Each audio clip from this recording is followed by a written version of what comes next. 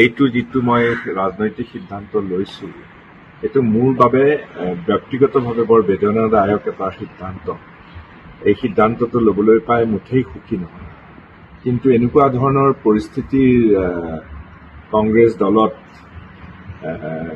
আজি কেইবামান ধৰি পেলাই বা এবছৰ দুবছৰমান ধৰি পেলাই যিটো পৰিস্থিতিৰ মই সন্মুখীন হৈ আহিছোঁ, উপায়বিহীন হৈ পেলাই মই বৰ দুখেৰে বিষাদ ভৰা মনেৰে সৈতে মই সিদ্ধান্ত লৈছোঁ। হয়, মই ভাৰতীয় জাতীয় কংগ্ৰেছৰ মোৰ এই সুদীৰ্ঘ কালৰ যিটো মোৰ দলটোৰ লগত মোৰ যিটো সম্বন্ধ, সেই সম্বন্ধৰ আজি মই জ্যোতি পেলাইছোঁ আৰু মই পদত্যাগ পত্ৰ দাখিল কৰিছোঁ।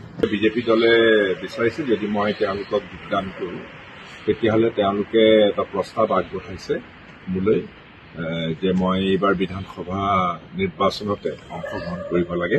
মই এতিয়াও সিদ্ধান্ত লোৱা নাই।